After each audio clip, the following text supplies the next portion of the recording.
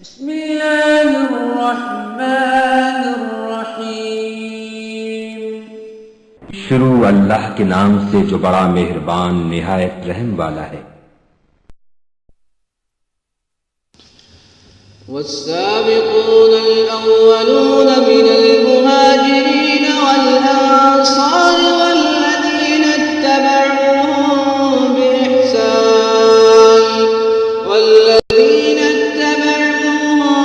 بإحسان رضي الله عنهم ورضوا عنه وأعد لهم جنات تجري من تحتها الأنهار خالدين فيها أبدا ذلك الفوز العظيم۔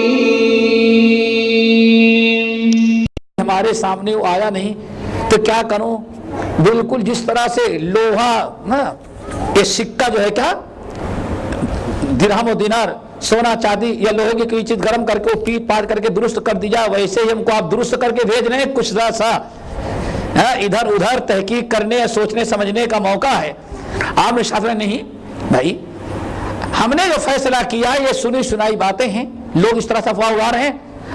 الشاہد یرا ما لا یرا الغائب، لیکن یاد رکھنا وہاں جا کر کے تم مشاہدہ کر لینا، شاہد وہ چیزیں دیکھ لیتا ہے جو غائب نہیں دیکھ پاتا۔ حضرت علی رضی اللہ تعالیٰ کہتے ہیں میں تلوار بالکل برہنہ لے کے گیا کہ ظالم کو اتنا موقع نہ دے کہ ہاں تلوار ہم کو نکال لیے، یہیں سے کھینچ کر کے لے کے گئے اور اتفاقاً وہ سامنے مل گیا۔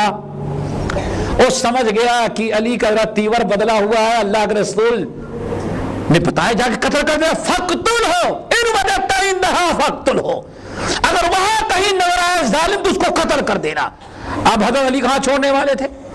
حضرت علی کہتے ہیں جب پہنچا ہم کو دیکھا تو ظالم بھگا، وہ 1 2 3 جب وہ بھگا تو ہمیں بھی یقین پڑا کہ ہے یہ مجرم کا، میں بھی پیچھے لگا اس کے۔ لیکن کیا بھگ سکتا ہو؟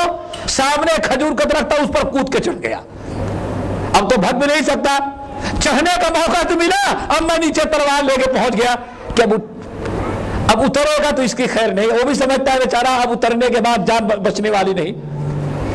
آخر میں مجبور ہو کر کے ظالم کود پڑا اور اپنا کپڑا اٹھا دیا اور لیٹ گیا۔ حضرت علی رضی اللہ عنہ دیکھنے کے بعد جب اس نے بے پردگی کر دی، حضرت علی رضی اللہ تعالیٰ عنہ نے دیکھا کہ اس انسان کے اندر حرام کاری کرنے کی کوئی صلاحیت ہے ہی نہیں ہے، کوئی صلاحیت نہیں۔ جتنے لوگوں نے افواہ اڑائی سب جھوٹے ہیں۔ یہ چچا داد بھائی اس کے اندر حرام کاری کے سوچنے کی بھی صلاحیت باقی نہیں رہ گئی ہے۔ اس لیے حضرت علی رضی اللہ تعالیٰ عنہ تلوار میان میں رکھے اور واپس آگے بتا دیا یا رسول اللہ نہیں یہ ساری افواہ غلط ہے، وہ انسان اس لائق صلاحیت ہی نہیں ہے حرام کاری کرنے کا، بالکل ناممکن ہے وہ۔ دشمنوں نے اس قسم کی افواہ اڑائی ہے۔ نبی صلی اللہ علیہ وسلم بڑے خوش ہوئے اور آپ نے فرمایا الشاہد یرا ما لا یرا الغائب۔ ہم غیر سے تھے اور علی وہاں دیکھ رہا، نے فرمایا شاہد جو چیزیں دیکھ لیتا ہے غائب ان چیزوں کو نہیں دیکھ سکتا۔ اللہ اکبر۔ پھر آپ نے فرمایا الحمدللہ الذی یصرف عنا اہل البیت، ساری تعریفیں اللہ تعالیٰ کی ہیں، ہم اسی کا شکر ادا کرتے ہیں۔ ظالموں نے بدنام کرنا چاہا لیکن اللہ نے اپنے فضل و کرم سے اپنے نبی کے گھر سے بدنامی کو کس طرح سے دور کر دیا۔ اللہ تعالیٰ سب کو بدنامی سے بچائے۔ نمبر 4 میرے بھائیوں، اللہ رب العالمین نے ہم صحابہ کرام کے اس لیے محتاج ہیں کتاب و سنت کے سمجھنے میں، اور ان کا یہ مقام و مرتبہ جو مقرر کیا گیا کہ ہم ان سے دین لیں، ہم ان کے عقیدے پر اپنا عقیدہ رکھیں، ہم ان سے محبت کریں، بغیر صحابہ کرام کے طریقے کو اپنائے کوئی انسان نہ کتاب اللہ پر عمل کر سکتا ہے نہ سنت رسول پر، اور سیدھے انسان بدعت میں مبتلا ہو جاتا ہے۔ ہمیں حکم دیا اللہ اہل سنت والجماعت کو حکم دیا گیا کہ تم ان کے نقش قدم پر چلو۔ اس کی چوتھی وجہ کیا ہے؟ اللہ تعالیٰ نے انہیں صدق و صفا، امانت و دیانت کا پیکر قرار دیا ہے۔ ان سے زیادہ سچا، ان سے زیادہ امانت دار، ان سے زیادہ پرہیزگار، ان سے زیادہ علم رکھنے والا کوئی دنیا میں نہیں ہے۔ اسی لیے اللہ رب العالمین سورۃ التوبہ کی آیت نمبر 119 کے اندر ارشاد فرمایا، یا ایھا الذین آمنوا اتقوا اللہ وکونوا مع الصادقین۔ یا اس آیت چھوٹی سے، لیکن اللہ نے ایمان والوں کو دو چیزوں کا حکم دیا، یا ایھا الذین آمنوا اتقوا اللہ وکونوا مع الصادقین، ایمان والو تم اللہ تعالیٰ سے ڈرو، وکونوا مع الصادقین، اور یہ صادقین جو ہیں، یہ سچے لوگ، امانت دار جو ہیں، ان کے نقش قدم پر چلو، ان کا دامن نہیں چھوڑنا۔ یہ جو صادقین کی جماعت ہے، انہی کو اپنا آئیڈیل اور اپنا نمونہ تیار کرو، انہی کا اسوہ اپناؤ۔ وَكُونُوا مَعَ الصَّادِقِينَ، دو چیزوں کا حکم، اللہ تعالیٰ سے ڈرو اور اسوہ کس کا اپناؤ، ساتھ کس کا دو؟ صادقین کا۔ صحابی جلیل عبداللہ ابن عمرو ابن العاص رضی اللہ تعالیٰ عنہما کہتے ہیں، اے لوگوں سن لو، اللہ تعالیٰ نے اس آیت میں جو حکم دیا ہے، یا ایھا الذین آمنوا اتقوا اللہ وکونوا مع الصادقین، ایمان والو تم اللہ تعالیٰ سے ڈرو، وکونوا اور رہو، وکونوا اور رہو، ہو جاؤ مع الصادقین، جو سچے ہیں انہی کے ساتھ رہو، انہی کا طریقہ اپناؤ۔ یہ آیت ہو گئی۔ اس آیت کی تفسیر کرتے ہوئے حضرت عبداللہ ابن عمرو ابن العاص رضی اللہ تعالیٰ عنہ کہتے ہیں، اے لوگوں سچے لوگ کون ہیں؟ یعنی اس آیت کا مطلب کیا ہے؟ ما محمد و اصحابہ، ما محمد و اصحابہ، صادقین سے مراد جو اللہ تعالیٰ حکم دے، اے مومنو اللہ تعالیٰ سے ڈرو، صادقین کے نقش قدم پر چلو۔ وہ صادقین کون ہے؟ محمد و اصحابہ، محمد صلی اللہ علیہ وسلم اور آپ کے صحابہ ہیں۔ گویا کہ اللہ تعالیٰ نے قرآن پاک میں ہمیں صحابہ کے نقش قدم پر چلنے کا حکم دیا اور تاکید کیا ہے۔ اسی طرح سے امام ضحاک رحمۃ اللہ علیہ وغیرہ تفسیر کرتے ہیں کہ یہاں صادقین سے مراد ابو بکر عمر اور ان دونوں کے ساتھی ہیں۔ اور ابو بکر عمر کے ساتھی کون تھے بھائی؟ ارے سارے صحابہ کرام۔ تو گویا کہ اس آیت میں اس تفسیر کے مطابق ہم بعد میں آنے والے، قیامت تک آنے والے مسلمانوں کو اللہ تعالیٰ نے حکم دیا، وَكُونُوا مَعَ الصَّادِقِينَ، تم رہو جماعت صحابہ کے ساتھ۔ نمبر 5، ہم تمام لوگ صراط مستقیم پر چلنے کی دعا مانگتے ہیں، اهدنا الصراط المستقیم، اور بغیر کسی تناؤ کے صحابہ کرام صراط مستقیم پر تھے۔ اب اگر دنیا میں کسی کو صراط مستقیم اپنانا ہے تو ایک ہی جماعت صراط مستقیم پر رہی، وہ جماعت صحابہ۔ اسی لیے اللہ رب العالمین نے قرآن پاک میں مختلف مقامات پر صحابہ کرام کے صراط مستقیم پر ہونے کی شہادت دی ہے۔ یہ 5 وجوہات ہیں جس کی بنا پر صحابہ ہی کی جماعت کو سچی اور حق جماعت سمجھ کر کے اسی سے اپنے رشتے کو مضبوط کرنا ہے، اور قیامت تک اگر دین کا فہم کتاب و سنت کی تفقہ حاصل کرنی ہے اور منہج کسی کا اپنانا ہے تو صحابہ کرام رضوان اللہ علیہم اجمعین ہیں۔ اللہ رب العالمین نے تو آپ نے دیکھ لیا جماعت صحابہ کرام رضوان اللہ علیہم اجمعین جو ہیں، انبیاء کے بعد صحابہ کرام کا مقام ذرا دیکھیں، ان کی عظمت۔ انبیاء کے بعد کن کے بعد بھائی؟ انبیاء کے بعد اس پوری کائنات میں، انبیاء کے بعد اس پوری کائنات میں سب سے افضل اور سب سے اونچے مقام و مرتبے والے لوگ جو ہے وہ جماعت صحابہ، اس امت کے نہیں۔ انبیاء کے بعد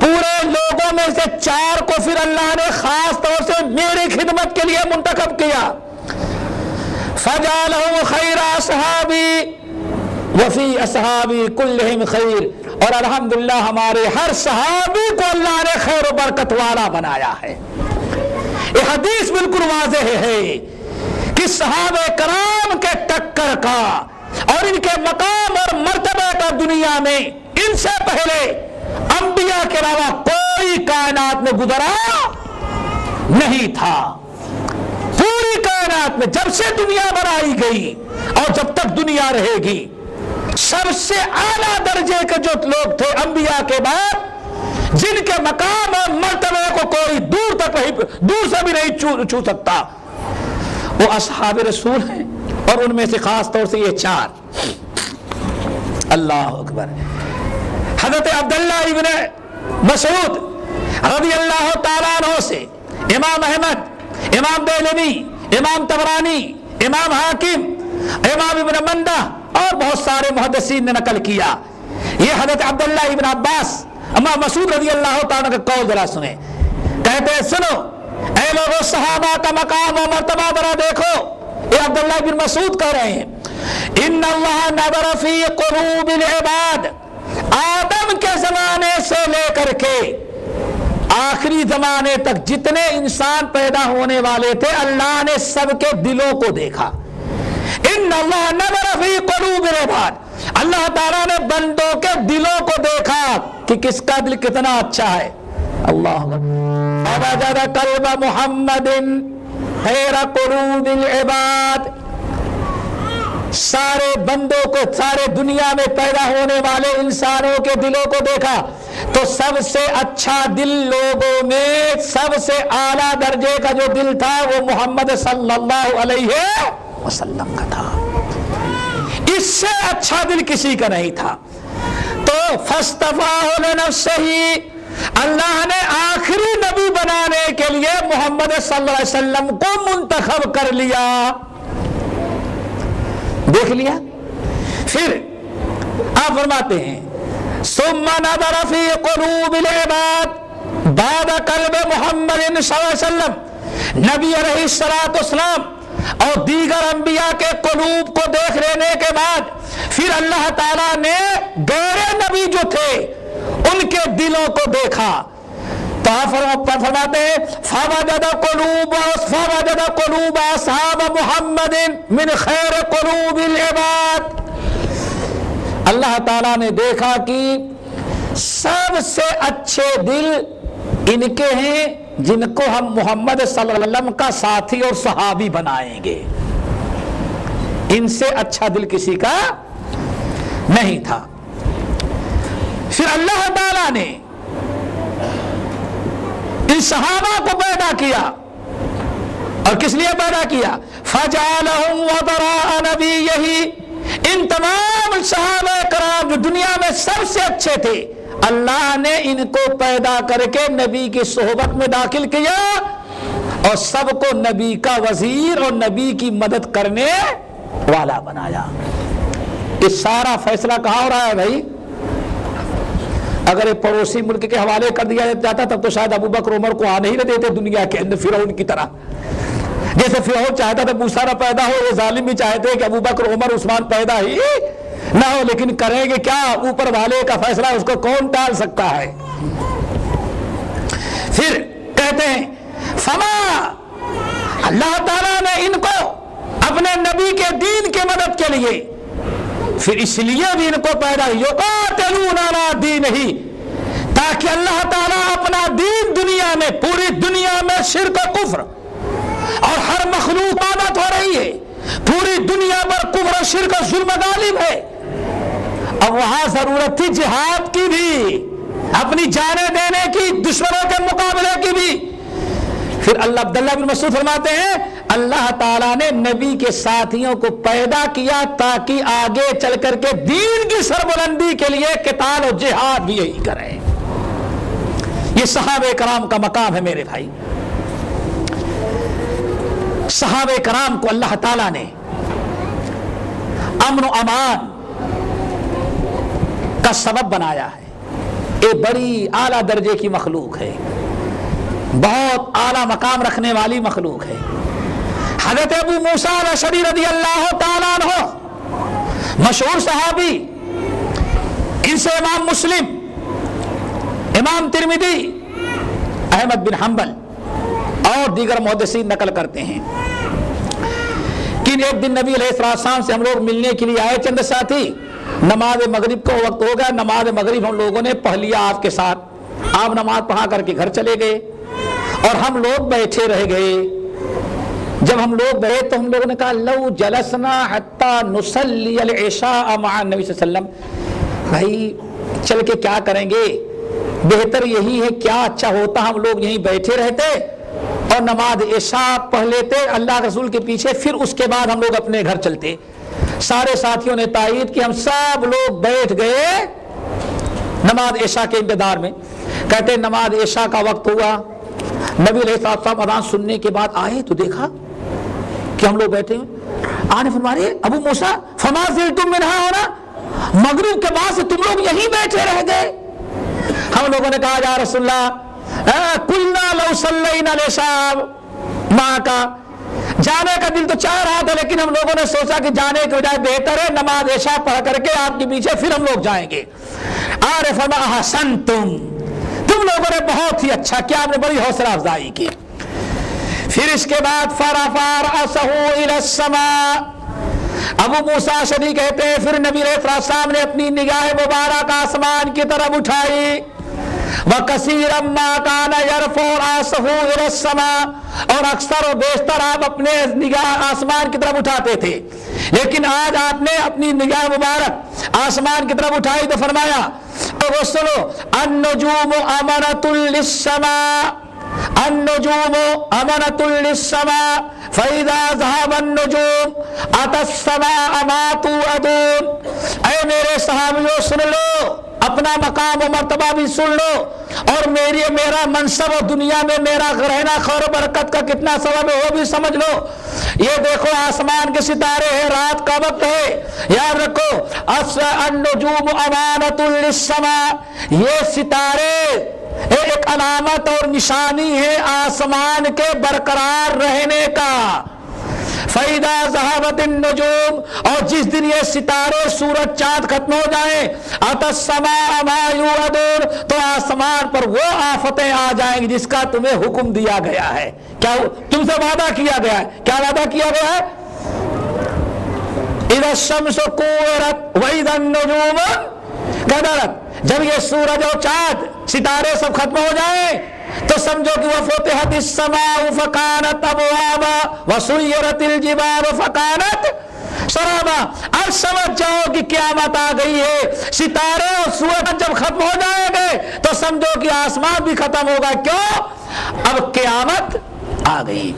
پھر ہو گئی بات، پھر آپ نے ساتھ میں سن لو وَأَنَا أَمَانٌ لِأَصْحَابِي، اور میں امن و امان کا ذریعہ ہوں اپنے صحابہ کے لیے۔ فَإِذَا ذَهَبْتُ أَنَا، اور جب اللہ تعالی ہم کو اٹھا لے گا میں دنیا سے چلا جاؤں گا، أَتَى عَلَى الصَّحَابِ مَا يُوعَدُونَ، تو میرے صحابہ پر وہ آفتیں بنائی آئیں گی جن کا اللہ نے وعدہ کیا ہے۔ نبی علیہ السلام کے دنیا سے جانے کے بعد ہی صحابہ کرام میں کچھ اختلاف پیدا ہوا، جنگیں ہوئی، جھگڑے اور لڑائیاں پیدا ہوئی، ایک علاقے کے لوگ مرتد ہوئے، کچھ لوگوں نے زکوٰۃ دینے سے منع کیا۔ جب تک آپ تھے تب تک دنیا میں کوئی فتنہ نہیں ہوا۔ پھر آپ آگے ارشاد فرماتے ہیں وَصَحَابِي أَمَنَةٌ لِأُمَّتِي، اور میرے صحابہ جو ہے میری پوری امت کے لیے امن و امان کے سبب ہیں۔ جب تک کہ میرے امتی موجود، میرے صحابی موجود ہیں، تب تک انہوں پر کوئی ایسی آفت نہیں آئے گی، غیر مسلمین ان پر غالب نہیں آ سکتے، یہود اور نصارہ غالب نہیں آ سکتے، ان کے دین اور ایمان میں کوئی خوف نہیں پیدا ہوگا، بدعتیں نہیں ایجاد ہوگی، شرک و کفر نہیں پھیلے گا۔ یہ ہمارے صحابی جب تک ہے تب تک ہماری مائیں اور بہنیں غیروں کے ہاتھوں میں بادیاں نہیں بنائی جائیں گی۔ آپ نے ارشاد فرمایا وَصَحَابِي أَمَنَةٌ لِأُمَّتِي، اور یہ میرے صحابی جو ہیں یہ قیامت تک آنے والے امتیوں کے لیے امن و امان کے سبب ہیں۔ لیکن سن لو، فَإِذَا ذَهَبَ أَصْحَابِي، جب میرے صحابہ دنیا سے چلے جائیں گے، أَتَىٰ عَلَىٰ أُمَّتِي مَا يُوعَدُونَ، تو پھر میری امتوں پر وہ چیزیں آ جائیں گی جن کی خبر اللہ نے ہم کو دیا ہے۔ آپ نے اشارہ کر دیا کہ ہمارے صحابہ کا وجود پوری امت کے لیے خیر و برکت، امن و امان کا ذریعہ ہے۔ یہ حدیث پورا ایک معجزہ ہے۔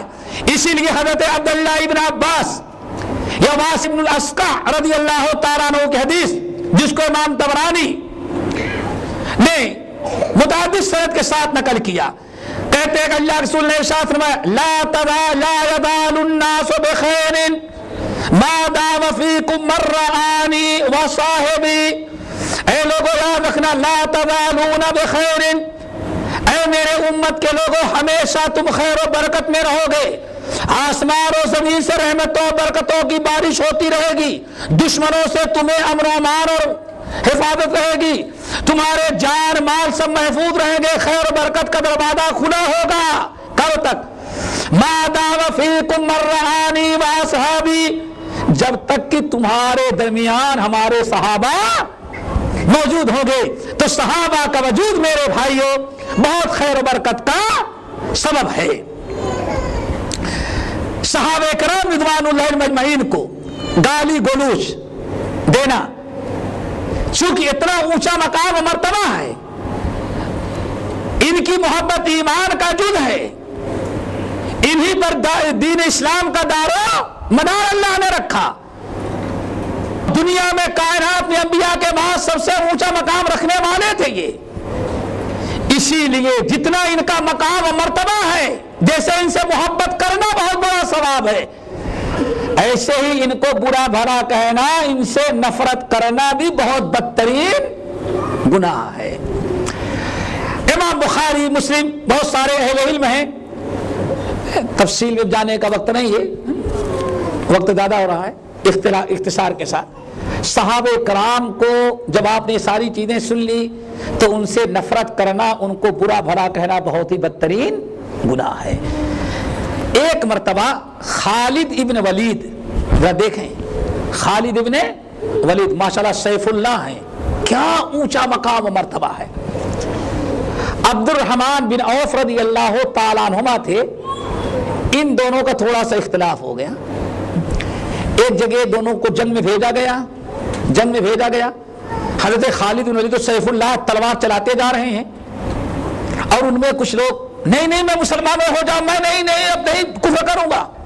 خالد بن ولید سوچتے ہیں کہ جان بچانے کو مار رہے ہیں، اور حضرت عبد الرحمن بن عوف نے ڈر کو، خالد تلوار اپنی روک لو، خبردار ان کو قتل نہ کرو۔ اس میں ذرا دونوں کی تکرار ہو گئی، تو حضرت خالد بن ولید صرف فوج کے کمانڈر تھے، ان کو بھی پتا تھا کہ بھائی میں مالک ہوں، انہوں نے کہا یا عبد الرحمن بن عوف، کیوں اتنا تم بڑھ چڑھ کر کے ہم سے باتیں کرتے ہو؟ کیا خوبی تیرے اندر ہے؟ یہی نہ کہ ہم سے چند سال پہلے تو مسلمان ہو گیا، اس کے علاوہ کیا ہم سے زیادہ تمہارے پاس ہے؟ اللہ اکبر، دونوں کی تکرار ہو گئی، دونوں صحابی، ایک عشرہ مبشرہ میں سے دوسرا سیف اللہ ہے۔ عبد الرحمن بن عوف روکتے ہیں، خالد بن ولید کہتے ہیں نہیں میں کر کے رہوں گا، زیادہ تکرار بڑھی تو حضرت خالد کہتے ہیں عبد الرحمن زیادہ بات نہ کرنا، کیا تمہیں فوقیت حاصل ہے؟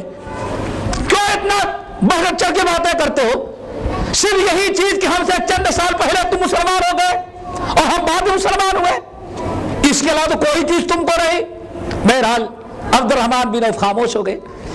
یہ بات نبی علیہ السلام کو بتا دی گئی، آپ کو اطلاع دے دی گئی کہ ان دونوں کی تقریر، اور خالد بن ولید نے تو بالکل عبد الرحمن بن عوف کی زبان بند کر دی، بڑے غصے میں آ کر کہا عبد الرحمن اب زیادہ باتیں نہ کرنا، کیا تمہیں فوقیت حاصل ہے سوائے اس کے کہ ہم سے پہلے تم مسلمان ہوئے؟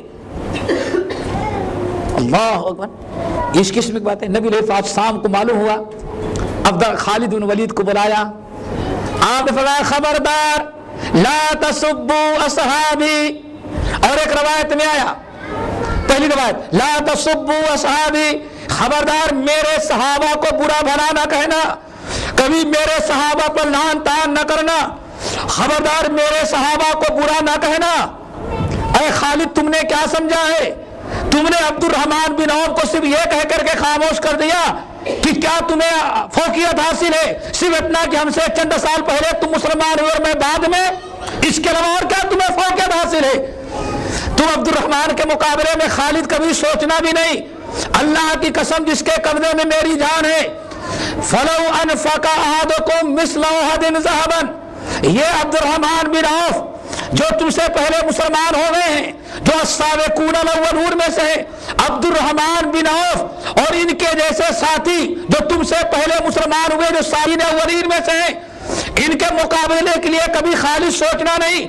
ان کا تو وہ مقام و مرتبہ ہے، انہوں نے اس پریشانی کے عالم میں صدقہ کر کے، خیرات کر کے، جہاد کر کے، صبر کر کے، ضبط کے ذریعے، استقامت کے ذریعے اللہ کے ہاں اپنا یہ مقام و مرتبہ ان لوگوں نے بنا رکھا ہے کہ اے خالد بن ولید، تم اور تمہارے جیسے دوسرے صحابہ جو ہے ہمارے، اللہ کی قسم کھا کے کہتا ہوں اگر یہ احد پہاڑ کے برابر سونا بھی صدقہ کر دو تو عبد الرحمن کے 1 کلو اناج اور کھجور کا بھی اجر و ثواب نہیں پا سکتے تم۔ خالد تمہیں معلوم ہے کہ ان کو کیا فوقیت حاصل ہے؟ لا تسبوا اصحابی۔ اور ایک روایت میں آیا اللہ اکبر، عارف میں اے خالد، ارے تو نے کیوں کہہ دیا عبد الرحمن کو ایسی باتیں؟ عبد الرحمن بن عوف تم نے ایسی تکرار کیوں کیا؟ ایسی گفتگو تم نے کیوں کی؟ تانا کیوں تم نے اس کو دیا؟ اما علمت انہ بدری، کیا تمہیں معلوم نہیں تم تو کافروں کے ساتھ تلوار لے کر کے کھڑے تھے، لیکن یہ عبد الرحمن بن عوف جنگ بدر میں ہماری مدد کے لیے تلوار لے کر کے کھڑا تھا، یہ بدری صحابی ہے، ان کا مقابلہ کون کر سکتا ہے؟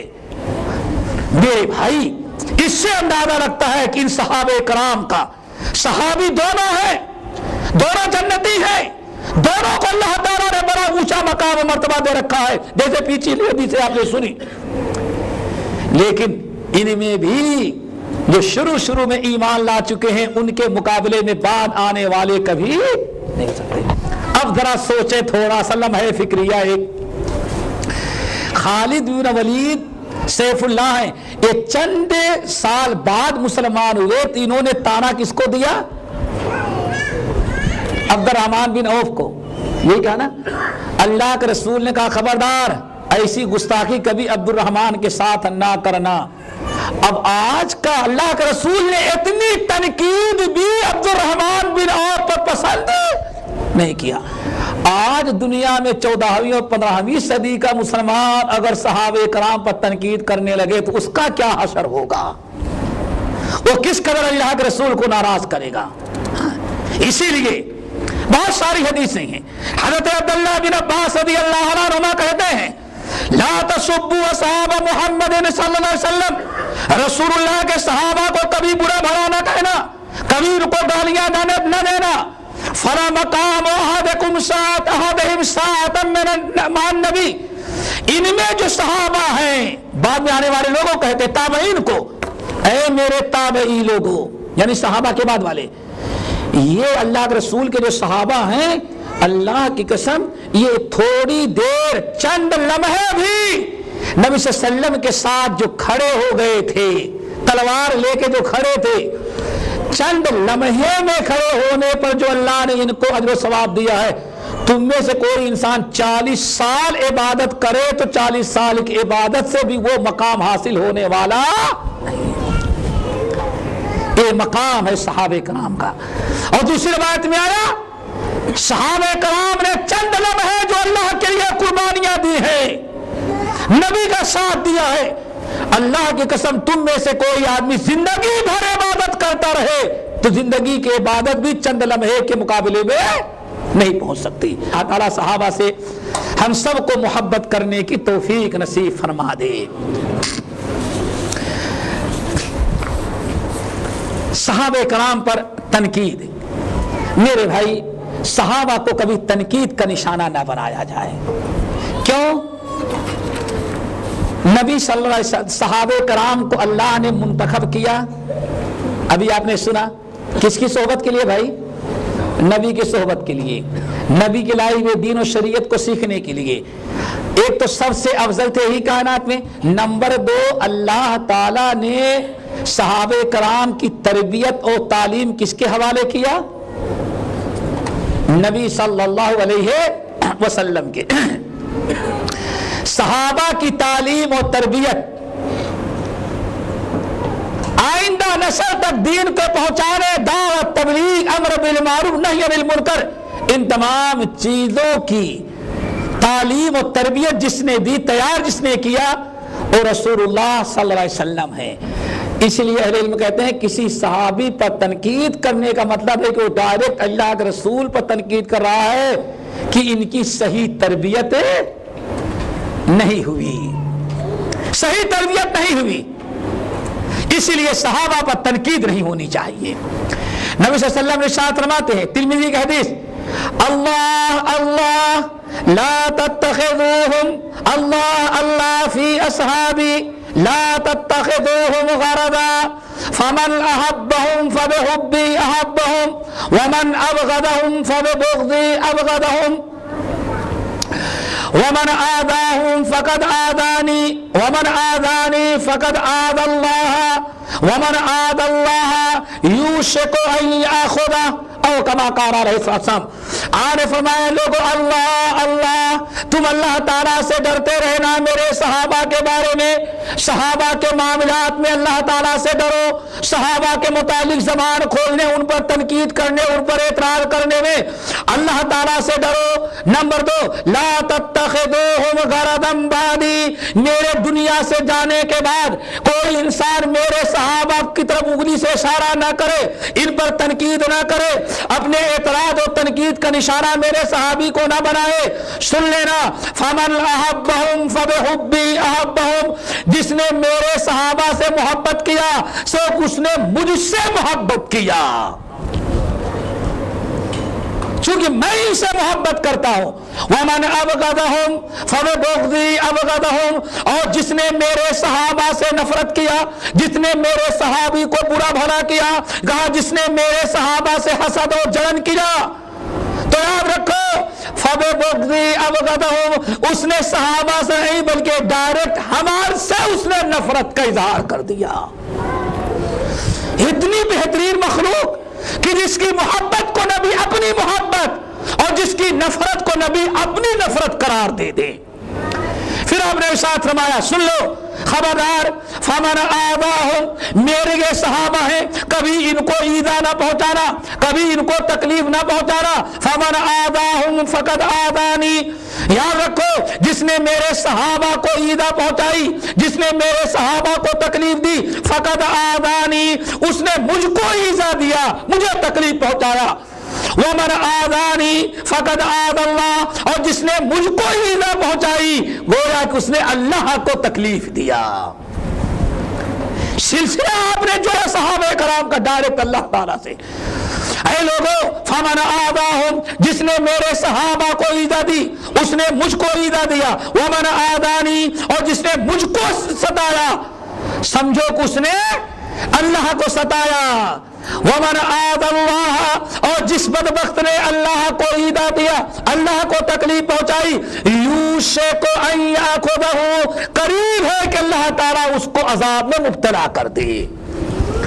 اسی لیے لوگ کہتے ہیں عثمان بن عفان رضی اللہ تعالیٰ عنہ کو جتنے ظالموں نے شہید کیا تھا سب پاگل ہو گئے تھے، بعد میں سب کا دماغ ختم ہو گیا تھا، ایک کو بھی صحیح سالم زندگی نصیب نہیں ہوئی۔ انہوں نے سوچا کہ عثمان کو قتل کر دینے کے بعد ہم حکومت کریں گے، ہم یہ کریں گے، وہ کریں گے۔ اللہ نے اس طرح ان کو پاگل بنا دیا کہ پہلے میں کپڑے بھی اتار کر کے گلیوں کے اندر گھومنے لگے۔ صحابہ کے شان میں گستاخی کرنے کی سزا اللہ کے رسول فرماتے ہیں، فمن آذى اللہ، فمن آذى اللہ، جس نے مجھ کو ایذا دیا اور اس نے اللہ، جس نے صحابہ کو ستایا اس نے اللہ مجھے ستایا، اور جس نے مجھے ستایا اس نے اللہ کو ستایا، اور جس نے اللہ کو ستایا قریب ہے کہ اللہ تعالیٰ اس کو عذاب میں مبتلا کر لے. اللہ تعالیٰ سب کو عذاب سے بچائے. نبی صلی اللہ علیہ وسلم نے ارشاد فرمایا کہ 3 چیزیں ہیں, 3 چیزوں کا جب تذکرہ ہو تو تم لوگ خاموش ہو جاؤ. نمبر 1, جہاں صحابی کا تذکرہ آ جائے کوئی اعتراض کرنے لگے زبان بند کر لو.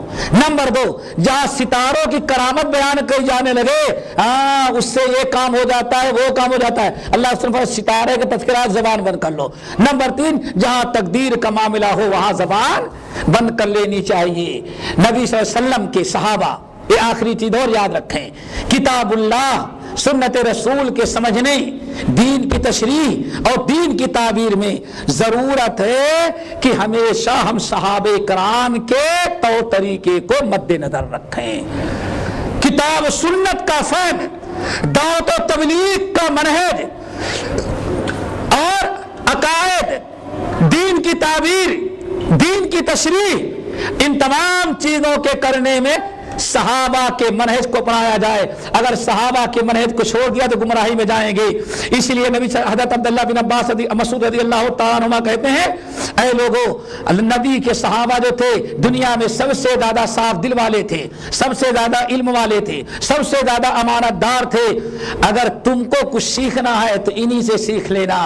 یاد رکھنا, اتبعوا ولا تبتدعوا, تم اتباع کرو, نئی نئی چیزیں ایجاد نہ کرو. فقد کفیتم, کتاب و سنت کی دین کی مکمل تشریح صحابہ رسول نے کر دیا ہے. اللہ تعالیٰ سب کو عمل کی توفیق نصیب فرمائے. اور ہمیشہ یاد رکھیں کہ صحابہ کی محبت ضرور کریں. حضرت ایوب سختیانی رحمۃ اللہ علیہ کہتے ہیں, جس نے صحابہ کی, اللہ اکبر, بہت ساری باتیں ہیں کہ جو انسان صحابہ سے محبت کیا سمجھ جاؤ کہ اس کا ایمان سلامت ہے. امام عامر الشابی رحمۃ اللہ علیہ کہتے ہیں, اللہ اکبر, کتنی عجیب سے بات, بلکہ اس حدیث کو سامنے رکھیں گے. اللہ رسول نے ارشاد فرمایا, میرے صحابہ جو ہیں میری امت کے لیے وہی حیثیت رکھتے ہیں جو کھانے میں نمک کا ہوتا ہے. بغیر نمک کا کھانا بالکل ذائقے والا نہیں ہوتا. تو آپ نے ارشاد فرمایا, میرے صحابی کی مثال امت کے لیے وہی ہے جو کھانے کے لیے نمک کی ہے. فَإِذَا ذَهَبَ الْمِلْحُ, اگر ہماری مائیں اور بہنیں باورچی کھانا پکانے کے وقت نمک ڈالنا بھول جائے تو سارا کھانا بے مزہ ہے. تو صحابہ کرام کی وہی حیثیت ہے. صحابہ کرام کو جس نے چھوڑ دیا, اب دین کا کوئی حصہ اس کے پاس باقی نہیں رہ جاتا. دین کا حصہ باقی رکھنا تو صحابہ کرام کو قائم رکھنا پڑے گا. حضرت امام شافعی رحمۃ اللہ علیہ کہتے ہیں, اللہ اکبر, کہ اگر آج یہودیوں سے پوچھا جائے کہ بھائی تمہارے نزدیک تمہارے دین میں سب سے اچھے لوگ کون تھے, تو کہتے ہیں, یہودی کہتے ہیں اصحاب موسیٰ, موسیٰ علیہ السلام کے صحابی سب سے زیادہ اچھے ہمارے دین میں تھے. عیسائیوں سے پوچھا جائے بھائی تمہارے ہاں سب سے اچھے مسلمان کون تھے, اچھے لوگ کون تھے, تو عیسائی کہتے ہیں کہ سب سے اچھے حضرت عیسیٰ کے ساتھی تھے. اور اگر اس امت کے اہل بدعت روافض اور خوارج سے پوچھا جائے کہ بتاؤ اس دین میں سب سے بدترین لوگ کون ہیں, تو یہ ظالم بدعتی کہیں گے اصحاب محمد. کہتے ہیں بھائی اس امت میں سب سے برے لوگ جو ہے, اللہ اکبر, اسی لیے لوگ کہتے ہیں بعض اعتبار سے تو یہ صحابہ کی نفرت کرنے والے یہود و نصارہ سے بھی بڑا کفر کر ڈالتے ہیں کسی وقت. اللہ تعالیٰ سب کو عمل کی توفیق نصیب فرمائے. صحابہ کی محبت, ان کی عزت, ان کا احترام کرنے کی توفیق دے.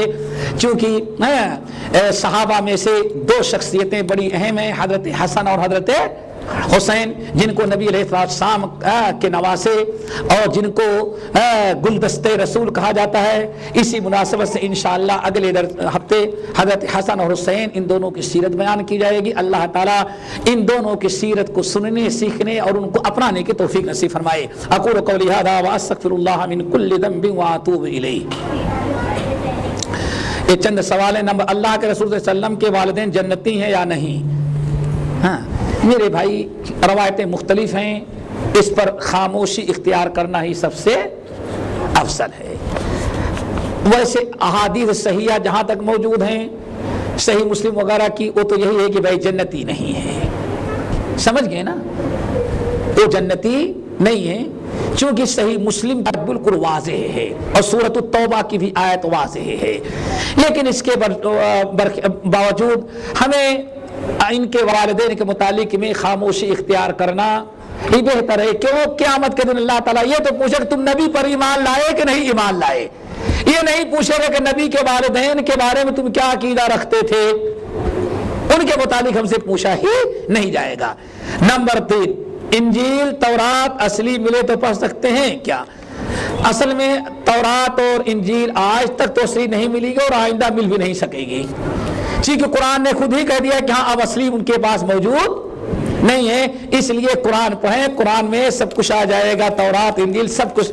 بھائی ایک بہت بڑا شاعر تھا عرب کا، امرؤ القیس۔ کون؟ امرؤ القیس بہت بڑا شاعر تھا۔ نبی صلی اللہ علیہ وسلم کا زمانہ ختم ہو گیا، اسلام نہیں لایا۔ صدیق اکبر کا زمانہ ختم ہو گیا، اسلام نہیں لایا۔ اسلام لایا تو ابو بکر کے، عمر فاروق کے زمانے میں اسلام لایا۔ تو عمر فاروق رضی اللہ تعالیٰ عنہ کے زمانے میں ایک مرتبہ یہ ملنے کے لیے مسلمان ہو جانے کے بعد، تو عمر فاروق رضی اللہ تعالیٰ عنہ سوچو، اشعار العرب، پورے عرب کا سب سے بڑا شاعر، اس کا کوئی بدیل نہیں تھا، لیکن جب عمر فاروق رضی اللہ تعالیٰ عنہ کے پاس آیا مسلمان ہونے کے بعد، عمر فاروق نے بڑی خوشی کی اظہار کیا، تو کہا کہ امرؤ القیس تمہارے جاہلیت کے اشعار تو میں نے بہت سنے ہیں، ذرا مسلمان ہونے کے بعد جو تم نے اشعار بنایا ذرا وہ سنا دو۔ آج تمہارے جاہلیت کے اشعار تو سنے ہیں، لیکن یہ اسلامی اشعار، اسلام لانے کے بعد جو کل تمہارا کلام جو تمہارے اشعار ہو رہے سنا سناؤ۔ ہنسا، کہا امیر المومنین میں کیا بتاؤں آپ کو، اللہ کی قسم کو جب اسلام لایا، سورۃ البقرہ سورہ آل عمران مل گئی تو ہم کو خود اپنا کلام بھی اچھا ہی نہیں لگتا۔ آپ کو ہمارا کلام اچھا لگتا ہے لیکن مجھے ہمارا کلام اب اچھا نہیں لگتا۔ کیوں؟ کیوں؟ اس کے بدلے اللہ نے ہم کو سورۃ البقرہ اور سورہ آل عمران دی۔ نمبر 3، شیخ صاحب السلام علیکم، ایک حدیث میں ہے کہ 3 آدمی کی دعائیں قبول ہوتی ہیں، ان کی قبولیت کے بارے میں کوئی شک نہیں، مظلوم کی دعا، مسافر کی دعا، باپ کی دعا اپنی اولاد کے حق میں۔ کیا اس حدیث میں اللہ تعالیٰ اپنے بندوں کو باپ کی دعا کی اہمیت بتانا چاہتا ہے، یا ماں سے بڑھ کر کے باپ کی دعا تاثیر زیادہ ہوتی ہے؟ یا اس حدیث میں کہ اصل میں اہمیت نہ چاہتا ہے، اس کی 2 چیزیں ہیں۔ اولاً تو بہت ساری روایتوں میں والد کی بجائے والدین ہے، کیا؟ ماں، والدین کی دعا۔ نمبر 2، مائیں تو ہر وقت دعا کرتی رہتی ہے، کبھی سستی ہوتی ہے تو ڈیڈی سے ہوتی ہے، ہاں والد صاحب سے ہوتی ہے۔ ماں بیچاری کب بھولتی ہے، ماں تو اٹھتے بیٹھتے ہر وقت کس کے حق میں دعا کرتی رہتی ہے؟ اولاد کے بارے میں۔ کوتاہی جو تھوڑی سے کبھی کچھ لاپرواہی ہوتی ہو کس سے؟ باپ سے، تو اس لیے باپ کا تذکرہ کیا گیا۔ اہل علم کہتے ہیں بعض روایتوں میں چونکہ رغبت دلائی جا رہی ہے اور اسے ایک دعا کی کا شوق پیدا کیا جا رہا ہے۔ یا اس حدیث میں اولاد کے لیے دعا کی قبولیت کے بارے باپ کی فوقیت حاصل ہے؟ نہیں، فوقیت کا حصول نہیں ہے کہ ماں اور باپ کے دونوں کی دعائیں قبول ہوتی ہیں، بلکہ ماں کی دعا کا زیادہ اثر باپ کے مقابلے میں ماں کی دعا بہرحال زیادہ مقبولیت اللہ تعالیٰ کے ہاں ہوتی ہے اولاد کے حق میں۔ بس انشاءاللہ چلیں۔ سبحانک اللہم و بحمدک، اشہد ان لا الہ الا انت، استغفرک و اتوب الیک۔